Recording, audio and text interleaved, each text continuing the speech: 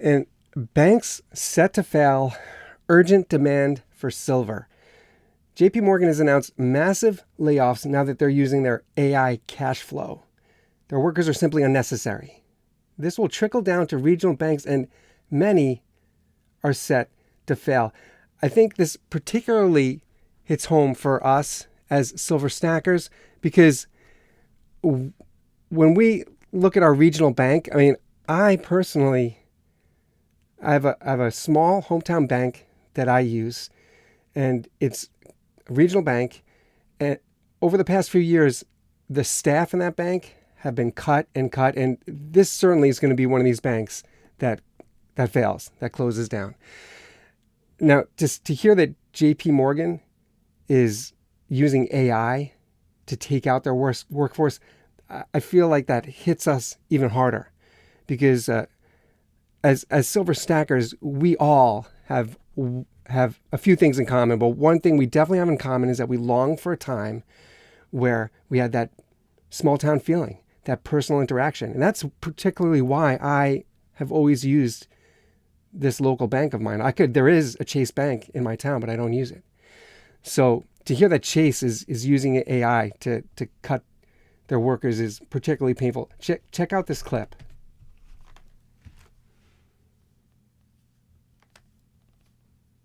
She's saying to get ready for upwards of 500 banks or more to fail inside of the next 24 months. When you start looking at what JP Morgan Chase is doing, what Citigroup is doing right now, it's shocking. It's absolutely unreal. They just laid off 20,000 employees. I mean, what they're doing, what they're getting ready for, is a complete overhaul of the U.S. economy. Everybody. That's from John Williams, and let me just show you something from Bloomberg about this issue of JP Morgan. This is straight from Bloomberg. Now, JP Morgan is already visualizing artificial intelligence-backed services as the future of the workforce. Right there, that brings up what we all struggle with. I mean, we can't even get customer service on the phone, right? Everything is automated. So to hear that this is coming into different realms of the workplace is really frustrating. It continues to say its current cash flow tool powered by AI has reduced human work by 90%. 90%. Upon launching the cash flow intelligence tool in 2023, the company has found that its efficiency has decreased the need for human personnel for the 2,500 corporate clients the solution serves. While it is a free service, JP Morgan hopes its continued productivity and success will allow it to charge for the tool, and the AI tool helped its clients create cash flow forecasts and analysis, which are typically conducted manually by experienced personnel. I feel like this is customer service in general. Everything used to be manual, and now it's AI. Tony Wimmer, the head of data and analysis at JP Morgan's wholesale payments unit, told the news outlet that the work is very complex. This work that AI is being expected to do, cash flow forecasts, is very complex, and you need a lot of judgment, Wimmer said. I'm a firm believer that components of machines enhanced by humans will not go away for a long time. While the solution is promising, human input is still needed to manage the liquid funds. Regardless, Wimmer is still optimistic about the benefits of its AI inclusive future. We're going to keep investing into this solution because we see we're really starting to crack this workflow, expressed Wimmer. The new added feature is also not exclusive to the financial company. Its advanced cash flow tool is one of many in the market, including Bank of America's Cash Pro, which tracks cash flows for free as well. And there's other uses for this AI.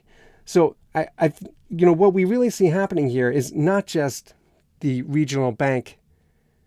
What we see is commercial real estate, because these regional banks are tied up in that.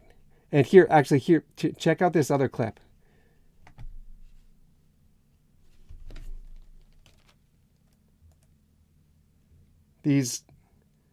I believe it's up to 70% of debt is on the backs of these banks. The CEO of Here, listen. Chase Bank, Jamie Dimon, just came out and said to prepare for a 3.5-day work week. Jamie Dimon is predicting that we're going to go down to a 3.5-day work weeks. Technology's always replaced jobs, and literally they'll probably be working 3.5 days a week. Only 3.5 days a week. So going from 5 days to 3.5 for 309,926 employees. When you look Oh my God! Ouch! Sorry to cut off that clip, but that's just painful. 300,000 employees being. This is all to save money. This is J.P. Morgan seeing that since the pandemic, commercial real estate is stuck. The people are working from home, so we have all this empty office space in these major cities, and the solution is to use AI to not only cut the workforce, but those remaining, they're being cut down from full time to 3.5, like 3.5 time per week, right? So this is a huge cut, and it all trickles down. This just shows why stacking silver, we are doing the right thing. Metals in our hand rather than relying on these banks, and not just metals but cash, right? This shows us that we cannot rely on going to a bank to get our cash. We need to have everything tangible, within our hands. I think that the issue of regional banks shows us that it's already happening on many levels, but it shows us that specifically my regional bank that I go to, there absolutely will be a day where I turn the corner and see a sign on that bank that it's closed down. That will not be a shock at all, because all of this trickles down. When massive layoffs happen on the upper level, it always comes down. Now, this is another some more information from Bloomberg, and it's regarding Citigroup. American banking giant Citigroup announced plans on Friday to lay off 20,000 people across its global workforce. These are by far the largest layoffs announced so far in 2024, which has already seen substantial job cuts as corporations use automation to eliminate whole sections of the workforce. Whole sections. Another 40,000 workers will be removed from Citigroup's payroll under its planned spinoff of Mexican bank Banamex, that country's second largest bank. Overall, Citigroup's workforce will decline. Listen to this. It will decline from 240,000 to 180,000 due to the cuts, which are expected to largely take place over the next 2 years. The job cut announcement at Citigroup follows the announcement earlier in the week of hundreds of job cuts at Google and Amazon. We've all heard about this. Google also plans to restructure its ad service unit, which currently employs 30,000 people, as it moves towards implementing artificial technology. Again, this AI it's almost an excuse to just keep cutting. Video game engineer maker Unity has also announced 1,800 layoffs, about 1/4 of its workforce, and the SAG-AFTRA Actors Union has announced a new contract. We've heard about they're struggling with AI also. So, the less publicized, but no less significant, are major cuts underway among industrial workers. More than 3,000 auto layoffs were announced at the end of last year as the industry continued to shift toward electric vehicles, which require far less labor than traditional gas vehicles. All of this comes into play for us as silver stackers, right? EVs requiring silver, solar panels requiring silver. That demand is coming down the pike, and it's just going to push a need for silver. And we, in the trenches, on the ground level, those of us that hold this tangible asset in our hand, we are the ones that are really ahead of the game. And I think that after a week that we just had with gold shooting up to almost 2,200 an ounce and silver short to follow, it's actions like this that show us that something radical is really coming down the pike for silver. Silver certainly is going to follow gold. It always has followed gold. There's a lag, and that lag breaks, and that's when we see silver really move. Even back in 2007 and 2008, when gold shot up, we waited for silver, and it eventually did come. And that's what pushed silver up into the range that we see now.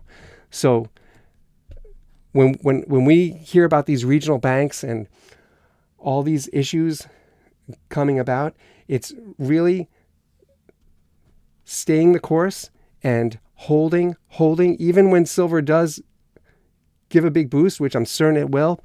We need to hold and not sell. It is. I've been in my local coin shop twice in the past couple of days.